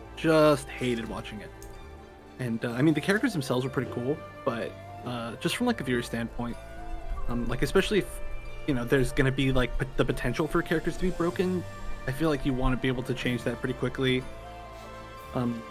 because yeah, like I think we're in an age where like, especially when like more toxic fan bases, which might be the case with League, they can really latch onto something like that. You know, like if they're like, oh my gosh, Jinx has won every tournament in the past 2 months. Like, this game is garbage. Like, they'll never let that go, right? Even if it gets changed. Yeah, as like a casual observer of MK11, whenever I'd like watch a match, I'd be like, oh wow, Jackie's really fun to watch, and then I'd open up chat and just be filled with, oh my god, another fucking Jackie. Yeah, no, I think patches are always like, yeah, pretty much always a benefit for the viewer. You know, the more patches, the better, because yeah, the more static something is to watch, the less enjoyable it generally is to watch.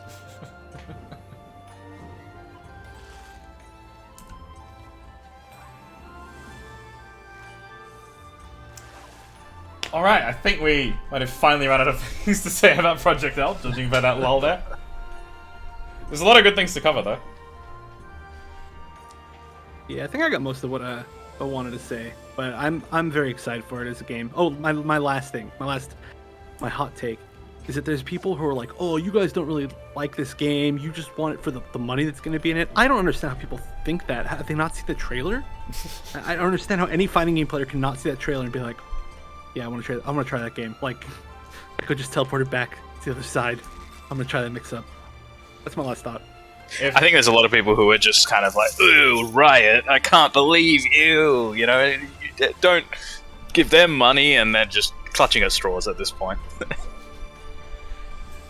For anyone who could ever worry that potentially Salty Paris is playing a fighting game for money, I want you all to know that the last Dragon Ball local I won, not today's, the previous one, I forgot there was prize money and left without it. And the TO had to message me and be like, you forgot your prize. And then it took me like 3 weeks to get it. What a baller move. Just genuinely spaced that, what, you can actually get money for these fighting game things? Return their peasants their entry fees.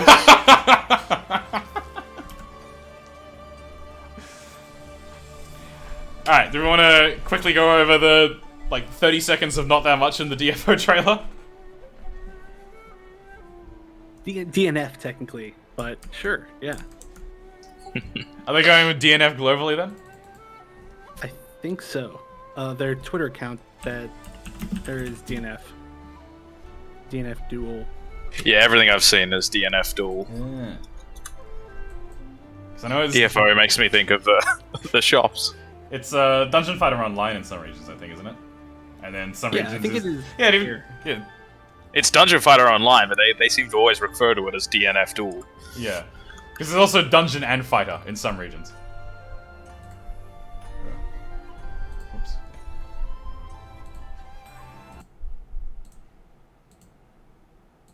Did not finish Duel.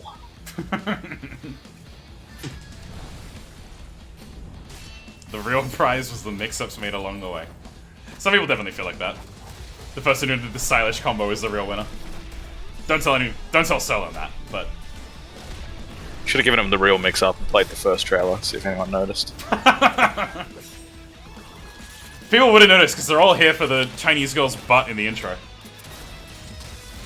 Oh, they were a bit gratuitous there. There was not just the butt, the boobs get a nice little flash in before the transition. That's the main difference from the first trailer, so people would notice. Not for the right reasons, but they would notice. Alright, so that I feel like the trailer didn't even have time to start. That was the end. That's the whole trailer. I like the look of it. I went on the Dungeon Fighter wiki to look at some of the class names and stuff, and I like the where was it? The gun guy who's Ranger, I believe. This guy. Oh yeah. I think he looks cool aesthetically. I tried the game a million years back, 100 million years back, and honestly, every class is pretty cool. Yeah, I like those animations on the Berserker. Certainly like that big super. It's pretty cool. I managed to pause on the yellow flash here. The mysterious yellow flash that happens in this video and the next one. They've got a few, I think, they look like they're like special cancels or something like that, you know? I imagine it's probably just the Guilty Gear Roman cancel system, but... I really hope that it doesn't come with the slowdown effects. It doesn't look like it does in these, but... This is the most mysterious game of all time. Yeah. That's all. There's a red flash here. This might be a super, though. That looked like a move he was doing, wasn't it? Yeah. And he, goes red and then... Yeah. Then gets hit. So...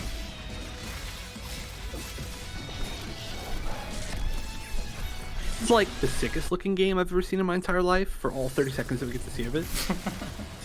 Right? Like, seriously, like, it's an amazing looking game. Yeah, I It's really like- thought it looked really good as well. Yeah. Yeah, Even just like the fluidity, like the animations look really clean, you know, even compared to other Arxis games. Not like, not to throw shade at them, but it's just very smooth. Yeah, it actually looks a lot like BlazBlue to me.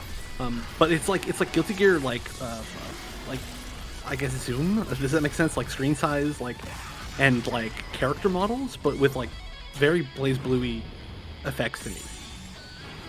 Like Ragna blood on this guy, type stuff, and just like giant, like big energy attacks and stuff like that. But I think it honestly looks like it just like better than kind of the most recent of any of their games. Yeah, But we don't know anything about it. I like the way it looks. Hope we learn something eventually. Hope that it has the Strive netcode, because that I like Strive's netcode once you actually get into the game. So The only thing we do know about this game is that it's partially produced by Aiding, right? yes. Which is the only thing that we hey. can guess about the game, because every game that they make is something. Yeah, absolute nonsense. Yeah. Notably, But in a good way. Marvelous Capcom 3 and Fate Unlimited codes were 18 games. I've heard. Yeah. If the gameplay is mostly handled by them, then we have a very exciting, very interesting game to see. Might be absolute hell to actually play it. But in that kind of like aspect of like, I feel like after Hobobloke can probably attest to this as well, that like after every long session we would have of Marvel back in the day, that people would be like, oh my god, I fucking hate this game. This game's so dumb. Same time next week. That's it. It's the good kind of stupid. You love it. Yeah. Same thing when I was running those Talos mix-ups in Rising Thunder. You just think, this is dumb. I can't believe I have armor on this move. Well, I mean, the wildest thing is that, like, of all the fighting games that they've made, Marvel 3 is, like, by far the most tame. You know? Like, what? Because they also did TVC, right? Which has its own ridiculousness. And then Fate We're Unlimited getting- Codes just had, like, I don't know, 30-second infinites that were bizarre. Yeah. They did something else. I don't remember what it was, but I thought it was one of the Naruto games, I think. But yeah, they are. I mean, they're fun. Yeah. You know, like I'm super down. It's something that we haven't had in a long time. Games that are just absolutely broken and absolutely fun, and you don't even care if they're balanced. And Yeah. I mean, that's I think the kind of games that they make. So I'm about it. Yeah, I hope they bring their kind of like ounce of crazy, and then, you know, Arc System's there and can kind of tone it down, balance around, and give us something nice to play at the end of the day. It does look fun. I'm liking the look of Judo Man. He did nothing in this trailer, but the last one he spun people around him, and he like cancelled it into a spin or something. It was cool. Do we have 40 seconds to watch the previous trailer? Oh, it's on a different channel! What? What? Alright, baited. So look for the video that was like 1 year ago. Oh, I think I there's saw it. Too many reactions. Oh, here we go.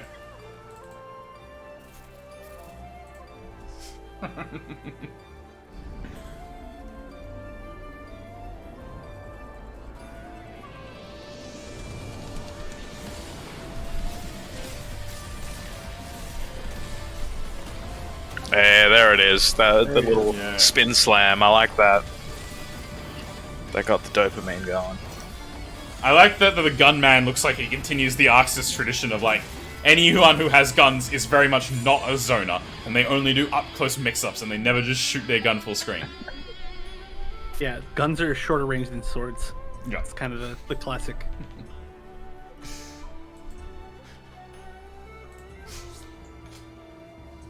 Yeah. Unfortunately, not really that much to say, I guess.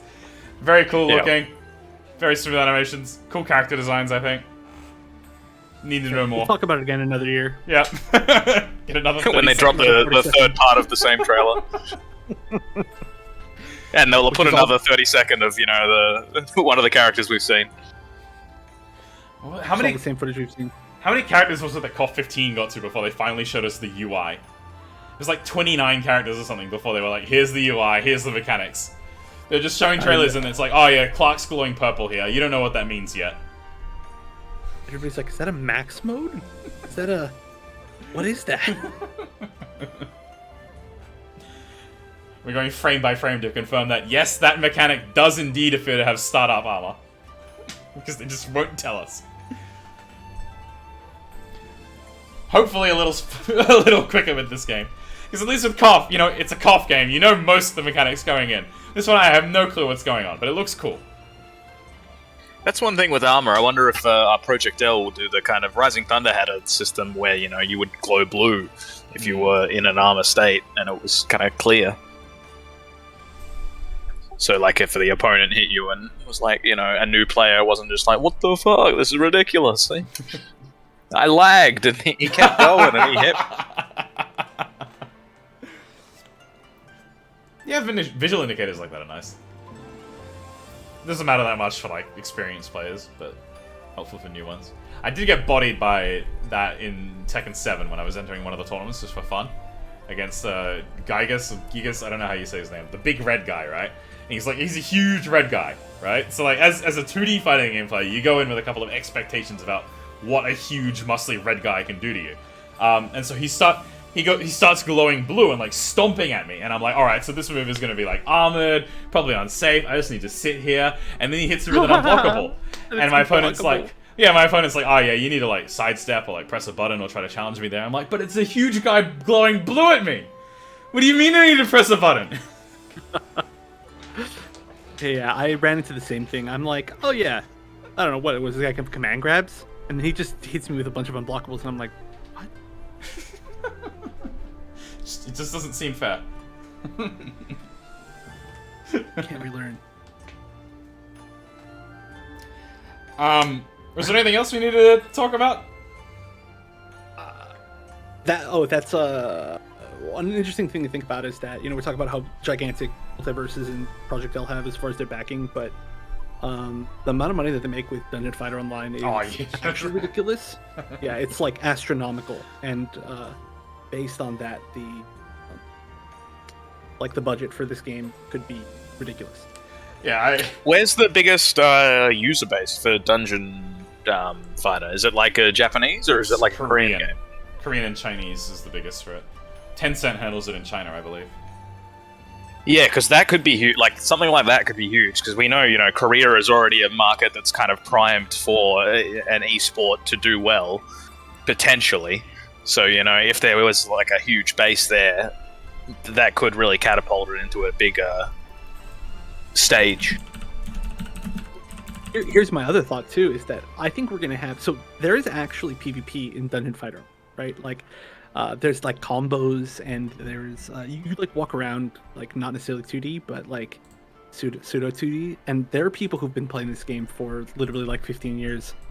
So I'm really curious to see if we're gonna see people who are really good at like DFO and have been like champs to PvP for a really long time, like come in and just destroy everything that we've ever known about our lives.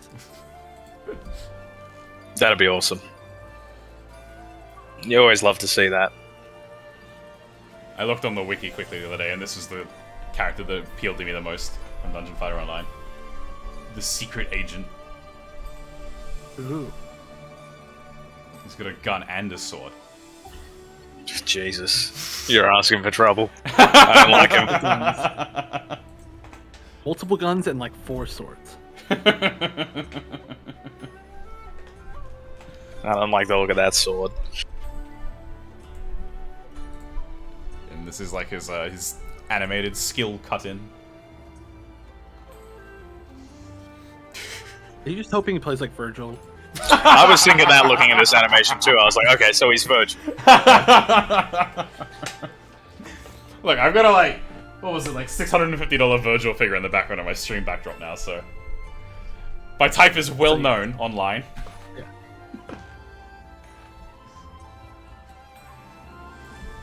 Yeah, there is a lot of characters they can do. You see down here. Like, I know very little about the game. I think I mucked around with it once, like a decade ago. It's like, oh yeah, this seems like fun, and then didn't really get into it. But it was fun. And then, you know, looked it up when the first trailer for this game came out, and it was like, oh yeah, so actually as a franchise has earned more than the MCU has. And I was like, what the fuck?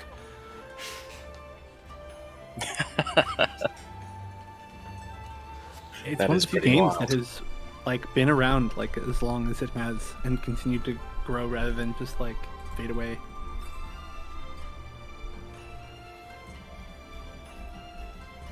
A lot of extreme edge amongst the characters as well. As you probably expect, Hey, I I'm guess. all about that. Oh look, do you need to leave soon? Soon. I'm not in a big rush. That's all good. Okay. Appreciate the concern. Yeah, we've only got like 5 more like games to talk about. Yeah, what else was there actually? Happy Chaos? Yeah, there was Happy Chaos. I expected him to get like a the gameplay breakdown trailer this week, but considering he comes out like what, Tuesday? And they still haven't actually done anything? Like really soon, actually like less than 2 days for you, I think. Right, the 30th, I believe. There's no Yeah. way you'll believe me Soon. when I say this. Maybe they're just not gonna do a gameplay breakdown. They're just gonna like, here's a character, figure it out. Because The I'd good like old to see days. you again. It's Chaos. This is a ridiculous trailer, by the way. Just literally talking the entire time. I like the song. I like the song too.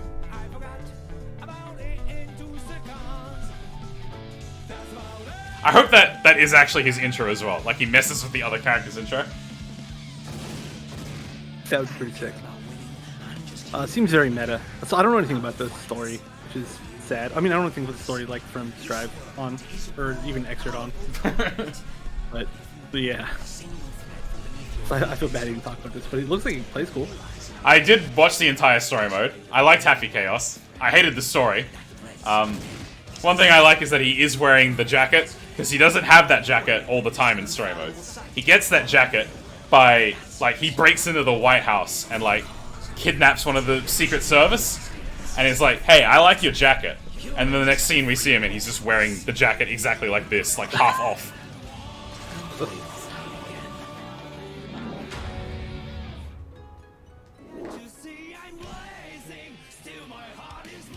Yeah, I don't even know what type of character he's gonna play as. Oh, he's got guns, I watched so his he's games. obviously up close mix-up Oh, he's a character. close range character. Yeah. I love that his super is the Janemba, like, Key Blast portal stuff. Where, like, you know, because Janemba's Key Blast in Dragon Ball, he sticks his hand through a portal and shoots the Key Blast from, like, opposite directions around you. Which this gunshot super does. You can't really see it in this one because it's, like, point blank, but you can see the portals opening around Faust. Yeah, it does look very similar.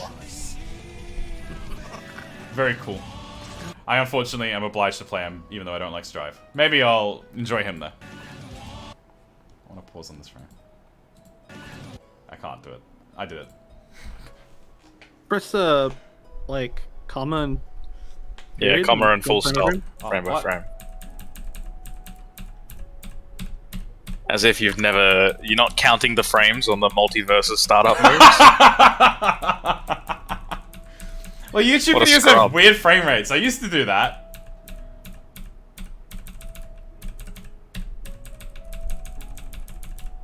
Oh my god, I paused so far before this. Whatever, that's good enough. Yeah, you can use the arrow keys to go back for 5 and Well, really? seconds forward and backwards, mum. Yeah. Oh, wow!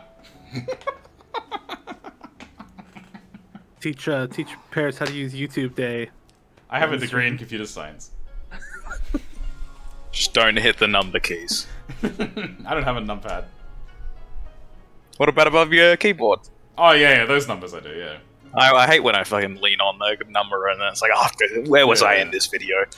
This is 2 hours long. Yeah, he looks cool. We get to see a meter above his meter at one point.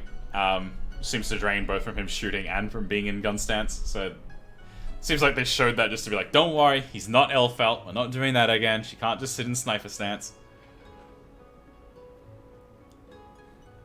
Yeah. I'm just excited to see because, like, I mean, but their last DLCs were both some of the most like wild, out there characters ever. I mean, we knew Jacko was potentially going to sort of play, but like, this character is like literally about like being like weird and like meta and out there. So like, I don't like that's what all their characters are to begin with. So I want to see how they take it to like the next level. I love that he shoots the timer when he loses by time over. Yeah. Great touch. I haven't booted Strive up since before Gold Lewis came out, but I did buy the season pass, so I'm one of those suckers apparently. But I will definitely be trying Happy Chaos once he's actually out. On this Just stream. supporting devs. Yes, how generous of me. You have much to say about Happy Chaos, Hobobloke? No, Strive's a bit out of my depth. I never really dipped my feet in. Guilty Gear is all, I suppose. Well, if you got Strive when it came out, by now you might have just got to the main menu. I hear they patched that a bit to make it faster. I don't know. I haven't, obviously, as I said, I haven't tried it, so I don't know if there's truth to that or if it's just Twitter being Twitter. I haven't. I mean, I know they patched it, but I haven't tried. I mean, another big issue for me is that I bought it on PS4, and Yeah. it like a long ago it died basically on PS4. It's just like Wi-Fi players, and sometimes you'll just be in completely empty lobbies. So yeah, I haven't tried it for a while. Big bummer. Okay. What else was there? Vera. Oh yeah, Vera was yesterday. That was cool.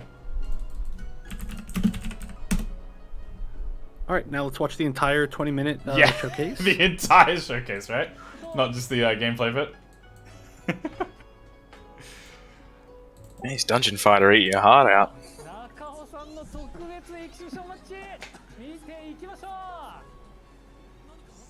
I didn't actually get a chance to watch any of this. I just had to read the Twitter posts about it. So this is my first time. I mean, there was pretty in-depth Twitter breakdown. React content. Wow. I didn't watch this gameplay, but I watched all of the moves beforehand. And yeah, this is like my dream character. She's like one of my favorite characters in Grand Blue in general. But like the way she plays, she has like delayed projectiles for mix-ups, and she's got a command grab that puts her into the infinite install, and she's got like sword normal. She looks super fun. Oh, that fairy looks so good. Yeah, that's the delayed projectile. It's like the Oki projectile. You see them canceling off a sweep. It's nuts. Okay, she's got a DP. Pretty much every Grand Blue character from Season 2 onward has been incredible. Oh yeah, that NS is really quick! Like, I saw people talk about it, but... Yeah, so it's actually kind of worth going back at some point, just when they show that off. So that's only when she's in her stance. There it is. Yep, there we go. It's only when she's in her stance, and she can act from it. So she's got certain moves that put her in the air. She stands in the orb, and she can fall from it with an attack. She can move in like at least I think 3 directions from it, or she can it's at least those. And her air dashes are like infinite in that. You can see she just goes from it to it to it to it, or she can jump in directions. But you have to get into that form. Right. Which is just landing a command grabber super. So. There's still one character left, right? After her? I don't know. I've lost count. That's the super. Just a little blast rounder. Oh, if you haven't seen her supers as well, you should definitely see them. They're pretty good looking. Although I don't know if they fully showed all. Maybe they'll show them in the gameplay, hopefully. What a high-hitting DP. This is Gundam shit going on. And she's powered up with the fireball. There's a funnels. Yeah. Also, like her DP shoots a laser. She's powered up, so she does a lot of like laser stuff. It's pretty cool. Oh my gosh, look at that. Is that the DP, the little thing she keeps doing with the upwards hitting move? Or is that's... I was gonna say like that's a DP. Yeah, I think the little flash kick looking move is like a command normal, I think, but I'm not 100% sure. Obviously, it's hard to tell. Her DP just looks like an old DP.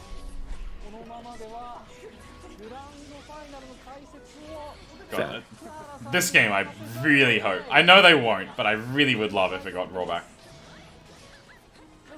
Me too. I was in love with this game when it came out, which was obviously the worst time ever. Yeah, unfortunate that a global pandemic happened.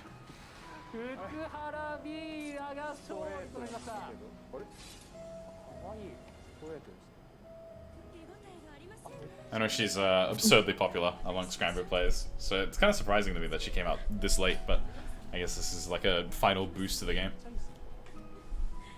Yeah, I think a lot of people expected her to be release. One of the big heads of the Australian anime fighting game community pretty much only plays lesbians in fighting games, so he's been very excited for this. Has a pretty strong pick actually in Multiversus. Maybe the largest? I think so, yeah. I know overall Granblue has probably the largest amount of queer character options of any fighting game. Probably. Oh, yeah, for sure. Yeah, for sure. I don't even know what I'm thinking about. Yeah, definitely. It has to be, right? Like, what could even come close? I think Dengeki is the only one that comes close. Dengeki Bunko Climax? Yeah. I don't even remember who's in that game.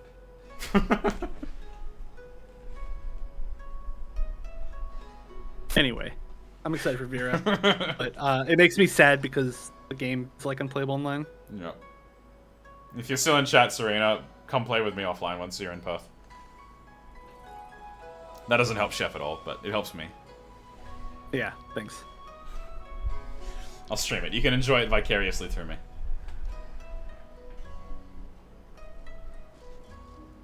Remember, I started that game off by playing casuals and jabbing somebody's whip normal, and hitting the hitbox at the end of it, and then canceling into Dash My Super with Eva, who's the sickest character of all time. Yeah. I heard they nerfed her to the ground, but she was for sure one of my favorite grapplers of all time. Also. Yeah, they really nerfed her come season 2 for pretty much no reason, but she was really cool. That's a shame. I tried to convince Hobobloke to play when it first came out, and now I can't really, because they took the really cool grappler and removed her. I started trying to press buttons and learn things in training mode, but I never even played someone.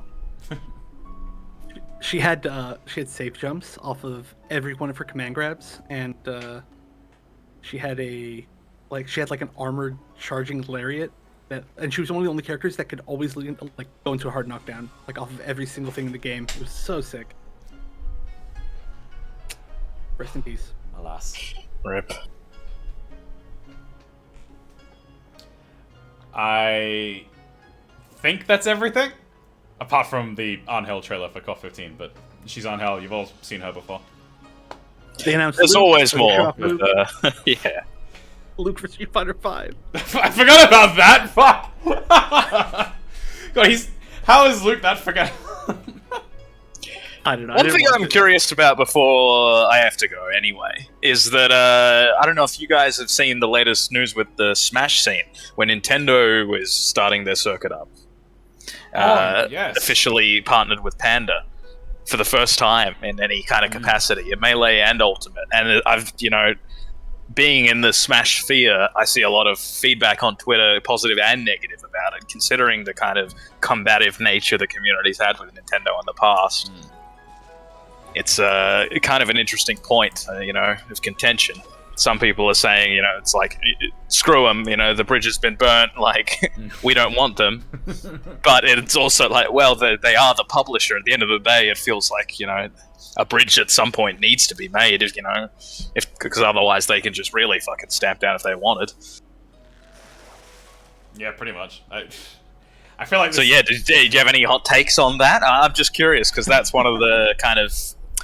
especially as a Project M player myself, I've been through the experience when the community was trying to pander Nintendo to Nintendo, and happily threw Project M under the bus, and I've seen a lot of Project Plus community members right now feel like they're about to experience the same thing. It's a difficult spot to what are be your thoughts? because they kind of have to like as you said, you can't just reject Nintendo here, or they might like shut down things again.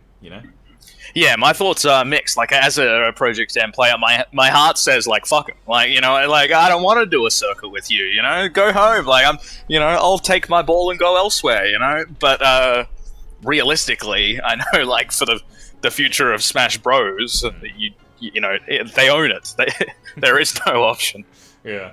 It's all well and good for, the Project Plus community and players to say, like, we'll just play in the garage and we're happy with that. That's the only option they have. Ultimate players are looking for a path at official, kind of, I guess, stability for their game. The previous situation, it was obvious because they were just trying to pan at Nintendo when we were all like, oh, well, Nintendo's never going to give you what you want, so why are you just throwing Project M away for nothing? But I think somehow what they should do is address the situation. I think that would, to put out like a, hey, sorry, being a bit heavy-handed in the past, we'll try and be better. Like, that would just be, that would be all. But the silence is kind of scary, It's like, what if they just pulled the rug out again? I am in that stage of like, kind of battered spouse where it's like, I can't trust them yet. I mean, I can see it both ways, but I think the biggest takeaway is that, like, I think you can't ask for, like, both directions, and I think a lot of people want both directions, where they're, like, sour grapes about it, basically.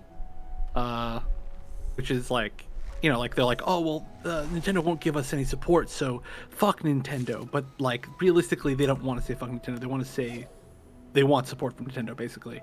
Yeah, they're scorned lovers. They're hurt, they're lashing out, basically. Yeah, so I think people need to, kind of decide one way or the other. But also, I mean, I guess I do in a way. Obviously, I want all the Project M and Project Plus players to be happy and play their game in a capacity as much as possible. But I also do kind of get, like, that kind of have to maybe have realistic expectations if you're playing like a mod of a game that includes like characters that weren't licensed for that game alongside stuff that might be officially licensed eventually.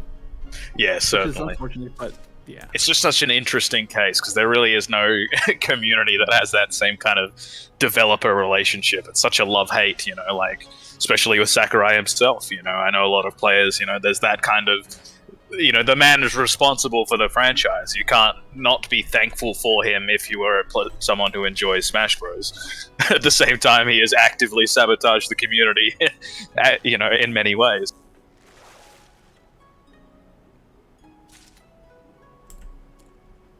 At the very least, there's more options now in the platform fighter genre than there were back in when Project M first started getting shut down.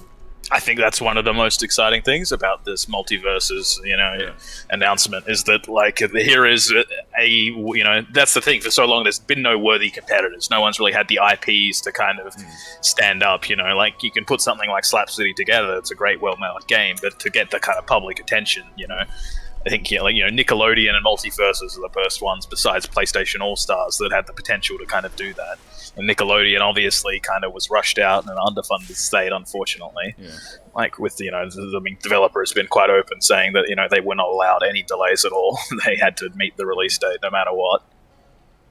So Multiversus, it seems like this shining light where it could be for the platform fighter community. A developer who seems open with communicating with the community. And, the infrastructure to support it. Will this be the return of the Paris Trav team? Oh, look, most certainly. I'll be playing. So if you burnt me on Nickelodeon, that's all I'm going to say. But I've burnt you many a time on other games, so that's fine. Yeah, it was kind of a perfect storm when Nick came out. Because, like, coming out, like, so close to Melty for me was a bit unfortunate. Meant I couldn't get the good stream time for it. Well, to be honest, it's Melty's fault for not including Nervenkrusser. Yes, 100%.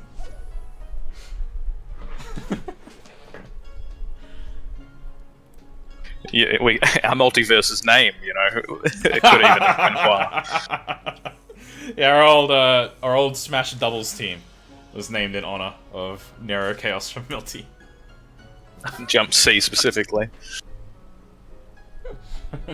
Good times.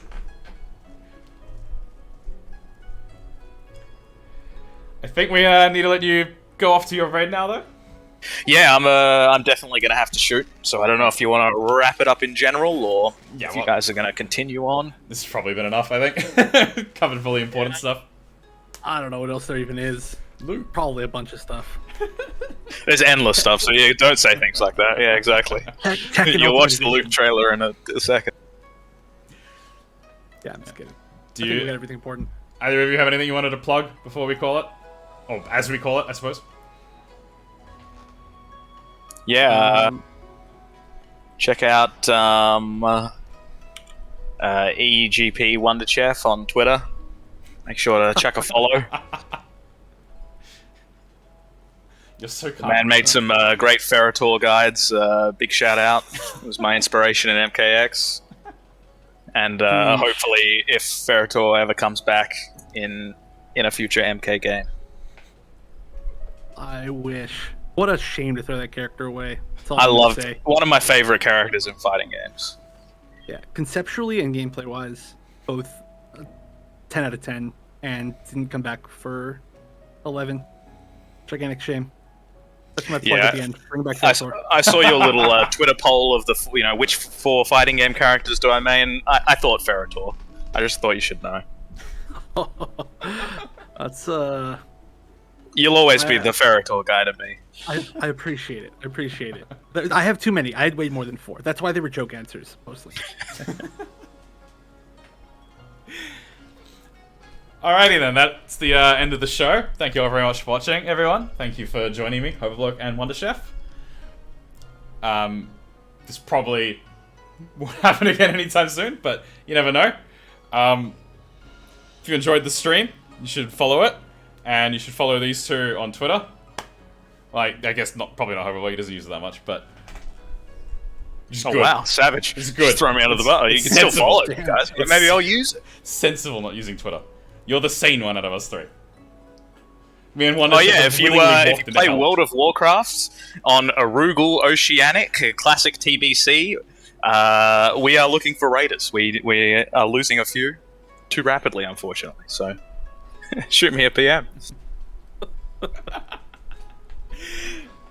Alright. Thanks for watching, everyone. Bye-bye. Bye.